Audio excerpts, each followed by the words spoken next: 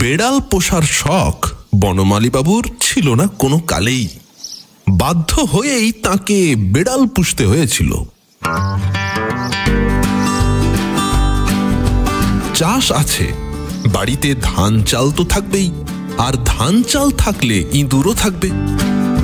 ইঁদুরের সঙ্গে সহাবস্থান আমাদের নিত্যদিনের, এ নিয়ে কে আর তেমন মাথা ঘামায়।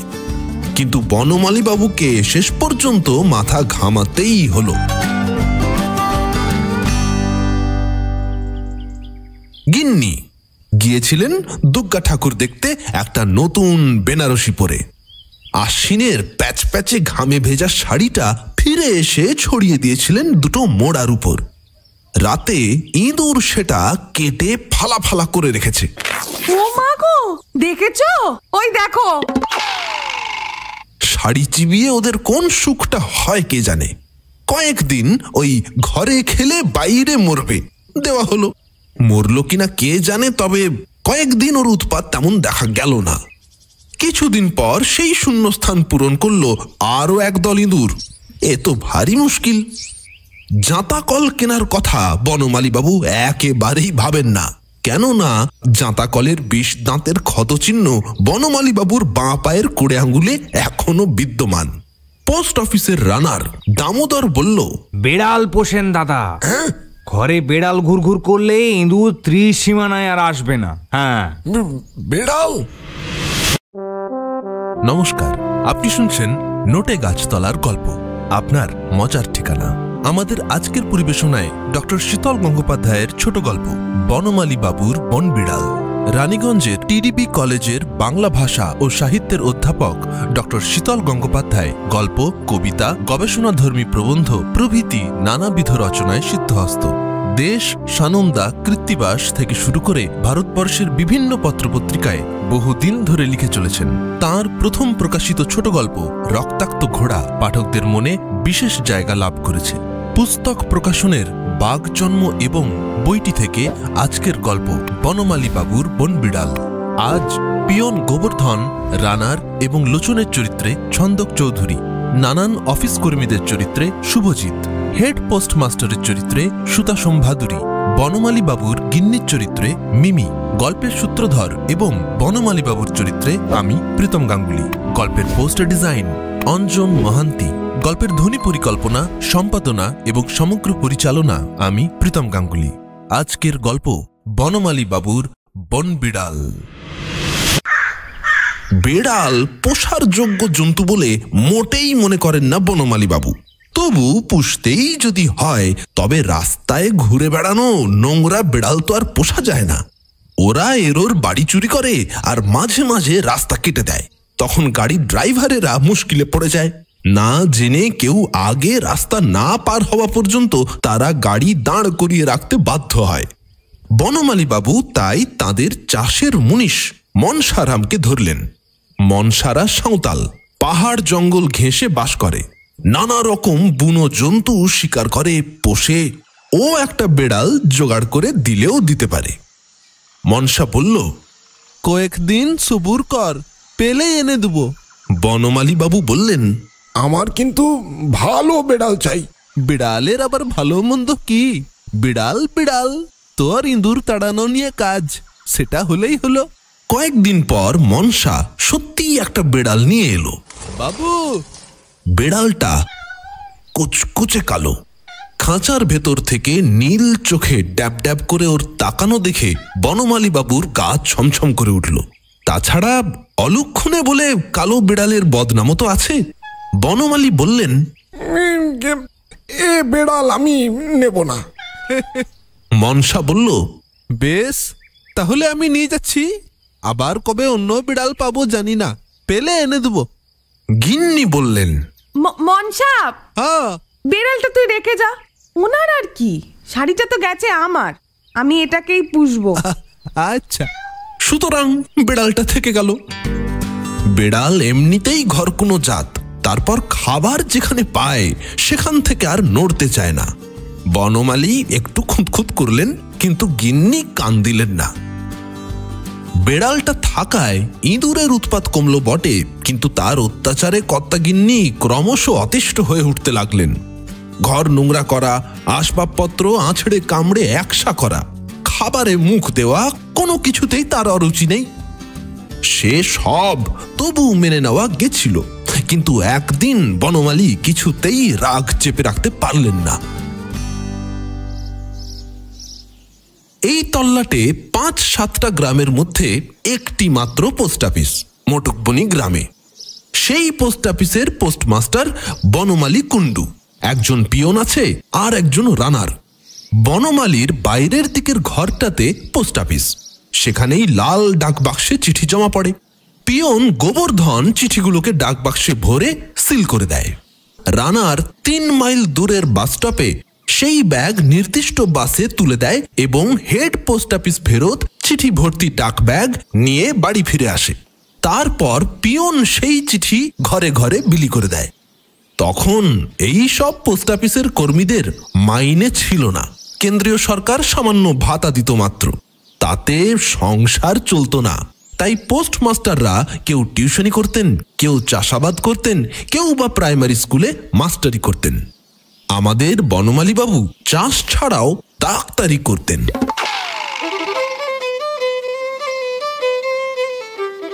হাই স্কুলের হেডমাস্টার তার নামে একটা ফর্ম ফিল আপ করে দিয়েছিলেন।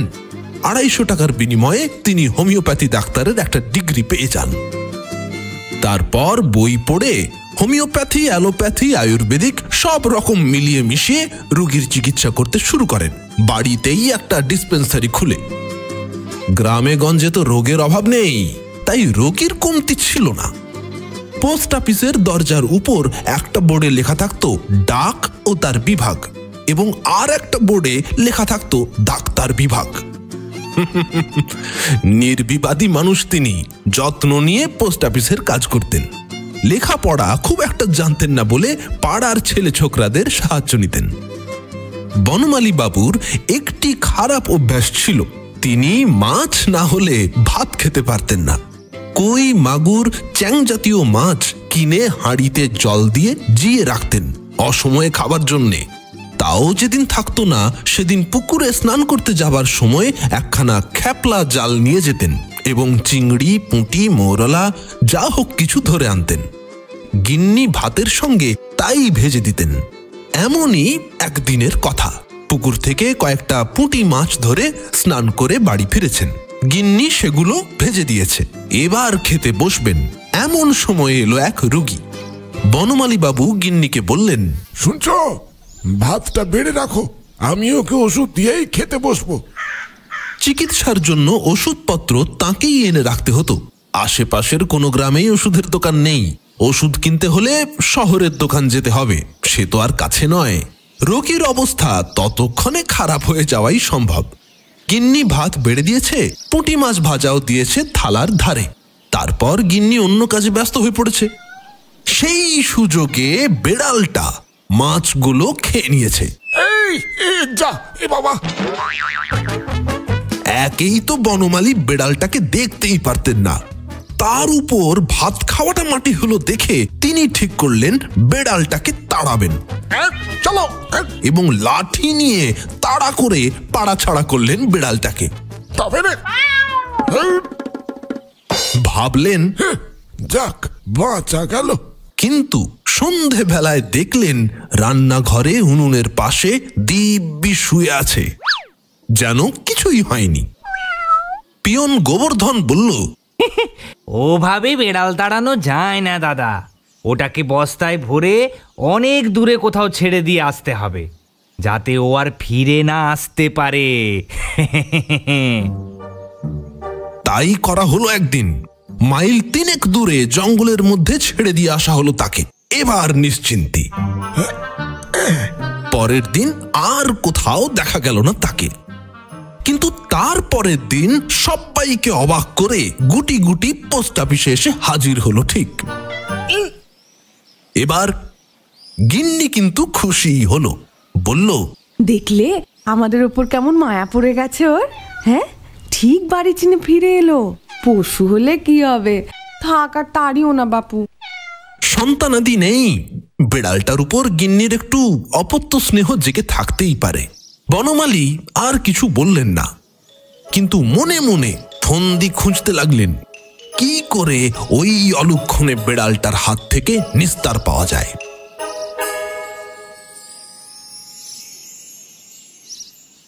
একদিন মোক্ষম একটা প্ল্যান এলো মাথায়। পিয়ন গোবর্ধন সেদিন কোনো কারণে কাজে আসতে পারেনি।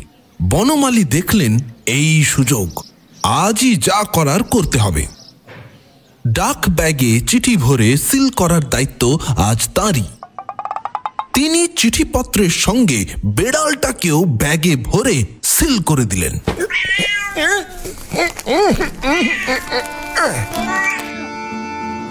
বেড়ালটার কোনো আপত্তি শুনলেন না। রানার দামোদরকে বলে দিলেন, ব্যাগে কি আছে তোমার জানার দরকার নেই। ও আর কাউকে কিছু বলতেও যাবে না। আচ্ছা যেমন দিলাম তেমনই বাসে তুলে দেবে। আচ্ছা। সুতরাং বেড়াল সহ ব্যাগটা গেল প্রথমে মেজিয়ার বড় ডাকঘরে। সেখানে ছোট পোস্ট অফিসের ব্যাগগুলো সব জমা হয়। সেগুলো একত্রিত করে ডাক ভ্যানে করে পাঠানো হয় বাঁকুড়ার হেড পোস্ট অফিসে। সেখানে ব্যাগ খুলে চিঠিগুলো সর্টিং করা হয় এবং নির্দিষ্ট পোস্ট অফিসে পাঠিয়ে দেওয়া হয়। বেশ কয়েকজন পিয়ন মিলে এই কাজটা করে। দুর্ভাগ্যবশত বেড়ালওয়ালা ব্যাগটা পড়েছে লোচনের ভাগে। যেমনি ব্যাগ খুলেছে অমনি বেড়ালটা বেরিয়ে এসে ম্যাও ফ্যাচ বলে ঘ্যাচ করে কামড় দিয়েছে লোচনের হাতে। তারপর রাগে গড়গড় করতে করতে ছিটকে এসে বসেছে চিঠিপত্রের স্তূপের উপর। লোচন তো বাবারে মারে মেরে ফেললো রে, ভূত ভূত বলে প্রবল চিৎকার আর লম্ফঝম্প শুরু করে দিল।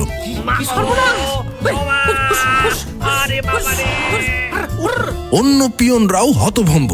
তাদের সম্মিলিত চিৎকার চেঁচামেচিতে পোস্টমাস্টারও ছুটে এলেন। কি হয়েছে, এত শোরগোল কেন? সবাই মিলে এমন লাফাচ্ছে। আরে হয়েছেটা কি? ওই দেখুন। বেড়ালটা তখন বসে বসে জুলজুল করে এদিক ওদিক তাকাচ্ছে, যেন ভাজা মাছটি উল্টে খেতে জানে না। তার গায়ের রং কালো, চোখগুলো নীল, বড় বড় গোঁফ, নাদুস নুদুস চেহারা দেখে ভিড়মি খাওয়া বিচিত্র নয়। ততক্ষণে লোচনের ক্ষতস্থান থেকে অঝরে রক্ত পড়তে শুরু করেছে। কেউ বলল এক্ষুনি টিটেনাস ইঞ্জেকশন নেওয়া দরকার। কেউ বলল টিটেনাস তো ভালো, তো ওর নিজ্ঞাত জলাতঙ্ক হবে। একজন বলল ওরে বাবা সেসব পরে হবে, আগে ওকে হাসপাতাল নিয়ে যাওয়া দরকার। 1 মাস ধরে নাভির চারপাশে 14টা ইঞ্জেকশন না নিলেই নয়। আরেকজন বলল শুধু টিটেনাস আর জলাতঙ্কে ও পারবা ভেবেছো? বেড়ালের কামড়, ওর যদি ডিপথেরিয়া না হয়েছে তো আমার নামে কুকুর পুষবে। অন্য আরেকজন বলল কুকুর না, বেড়াল পুষব। হতভাগ্য লোচন এতক্ষণ যন্ত্রণায় কাতরাচ্ছিল ঠিকই, তবু মোটামুটি স্টেডি ছিল। কিন্তু 3টে বড় বড় অচেনা রোগের ধকল আর নিতে পারল না। এলোমেলো চিঠিপত্রের উপর ধপাস করে পড়ে গিয়ে অজ্ঞান হয়ে গেল। যা এলো সন্ধ্যা, আর ওঠো। সেই অবস্থায় ওকে হাসপাতালে নিয়ে গেল কয়েকজন। হেড পোস্ট মাস্টার জানতে চাইলেন কোন ব্যাগটা থেকে বেড়ালটা বেরিয়েছিল, আমাকে দেখাবে। একজন ব্যাগটা তার কাছে এনে হাজির করলো। হেড পোস্ট মাস্টার খুঁটিয়ে দেখলেন ওটা মোটকবনি পোস্ট অফিস থেকে এসেছে। সুতরাং তিনি অ্যাকশনে নেমে পড়লেন। বেশ কড়া করে একটা চিঠি লিখলেন, যার মোদ্দা কথা হলো এই চিঠি পাওয়ার সঙ্গে সঙ্গে আপনি আমার সঙ্গে দেখা করবেন। এর অন্যথা হলে আপনার চাকরি কি করে থাকে সেটা আমাকে ভাবতে হবে। চিঠি পেয়ে বনমালী বাবু তো আকাশ থেকে পড়লেন। কি এমন অপরাধ করেছেন ভেবে পেলেন না। বেড়ালটার কথা তিনি মাথা থেকে সম্পূর্ণ বের করে দিয়েছেন। পরদিনই পড়িমড়ি করে ছুটলেন বাঁকুড়া। কাঁচু মাচু মুখে দাঁড়ালেন হেড পোস্ট মাস্টারের সামনে। স্যার, আমি মোটকবনি পোস্ট অফিসের পোস্টমাস্টার বনমালী কুণ্ডু। আমাকে আপনি ডেকেছেন স্যার? হ্যাঁ, শুনুন, আপনি এসব কি কাণ্ড করেছেন বলুন তো? কি কি কাণ্ড স্যার? এটা কালো কুৎসিত বেড়াল পাঠিয়েছেন ডাক ব্যাগে। আপনার সাহস তো কম নয়। বেড়াল?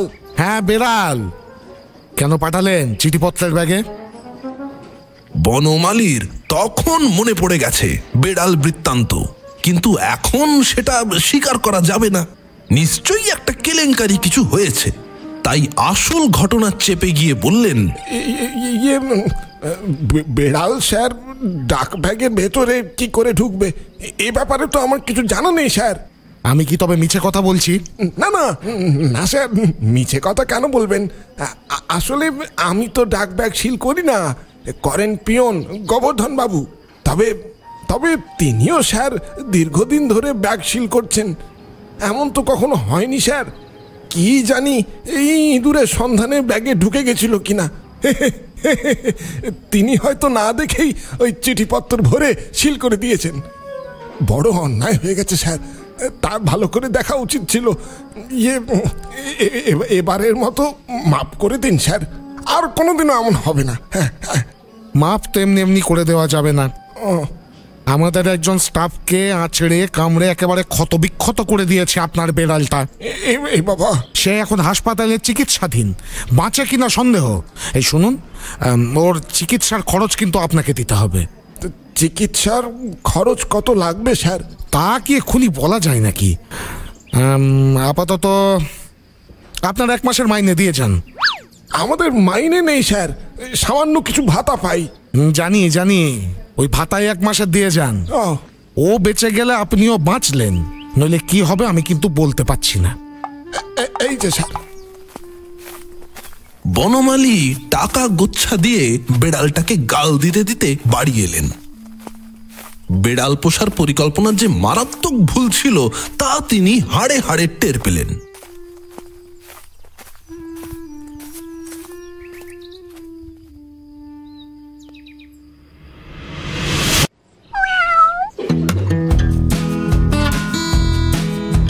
পোস্ট অফিসের ভেতর বেড়ালটার কয়েকদিন বেশ আনন্দেই কাটলো। ওখানে ইঁদুরের অভাব ছিল না। অত অত চিঠিপত্র কাটার সুযোগ তারা ছাড়বে কেন? অনেক দিন ধরেই ওরা ওখানে মৌরসি পাট্টা গেড়েছিল। বেড়ালটার কিছুদিন সেখানে বিয়ে বাড়ির ভোজ হলো। তারপর একদিন ইঁদুর শেষ হয়ে গেল। কিছু বেড়ালের পেটে গেল, আর কিছু ভয়ে পালালো। এবার সে খাবে কি? সরকার তো ওর খাবারের ব্যবস্থা করেনি। অগত্যা সে কর্মীদের টিফিন চুরি করতে লাগলো। সুযোগ পেলেই কারোর রুটি, কারোর সন্দেশ, কারোর আলু ভাজা, কারোর মুড়ি খেয়ে পিত্তি রক্ষা করতে লাগলো। কর্মচারীদের মধ্যে আতঙ্ক ছড়িয়ে পড়ল। ডিপথেরিয়ার ভয়ে তারা টিফিন আনাই বন্ধ করে দিল। অনেক চেষ্টা করেও বেড়ালটাকে তাড়ানো যাচ্ছে না। ক্রমশ অসন্তোষ দানা বাঁধতে লাগলো। হেড পোস্টমাস্টারের কাছে তারা একদিন ডেপুটেশন দিল বেড়ালটাকে তাড়ানোর ব্যবস্থা করার জন্য। হেড পোস্টমাস্টার মশাই বা কি করবেন? অনেক ভেবে চিন্তে তিনি মিউনিসিপ্যালিটিতে খবর দিলেন। কুকুর, বেড়াল, বাঁদর এই সব জন্তুদের ধরার স্কোয়াড থাকে ওদের পক্ষেই বেড়ালটার গতি করা সম্ভব। ওরা এলো একদিন ওদের সাজ সরঞ্জাম নিয়ে। অনেক কায়দা করে বেড়ালটাকে খাঁচাবন্দি করে নিয়ে গেল ওরা। সবাই স্বস্তির নিঃশ্বাস ফেলে বাঁচল। কিন্তু এই স্বস্তি বেশি দিন তাদের ভাগ্যে সইল না। স্কোয়াডের লোক বেড়ালটাকে ধরলো ঠিকই, কিন্তু তাকে পুষে রাখবার মতো কোনো ব্যবস্থা তো মিউনিসিপ্যালিটির নেই। তারা তাই কয়েকদিন পর খাঁচা শুদ্ধ বেড়ালটাকে নিয়ে গিয়ে ধাপার মাঠে ছেড়ে দিয়ে এলো। দিন কয়েক একটু এদিক ওদিক ঘোরাঘুরি করে গন্ধ শুকে শুকে আবার একদিন পোস্ট অফিসেই ফিরে এলো বেড়ালটা।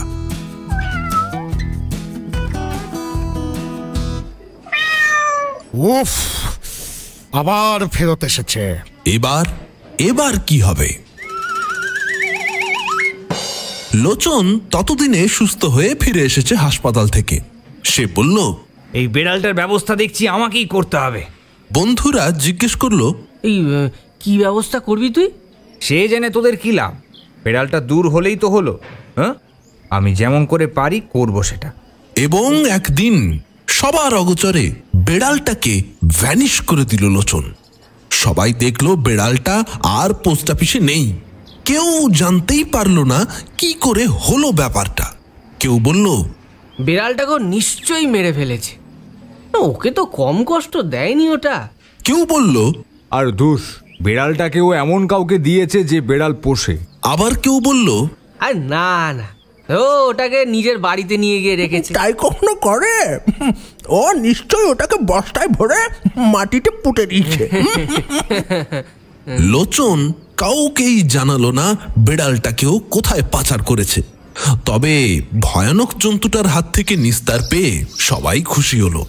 যদিও কিছুদিন পরে ইঁদুরের আগমন আবার শুরু হলো।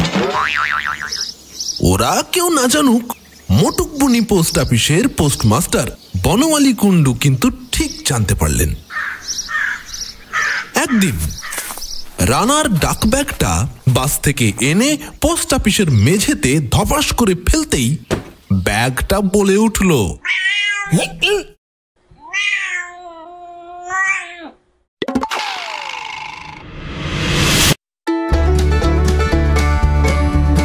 নোটে গাছতলার গল্পে আজ শুনছিলেন ডক্টর শীতল গঙ্গোপাধ্যায়ের ছোট গল্প বনমালী বাবুর বনবিড়াল।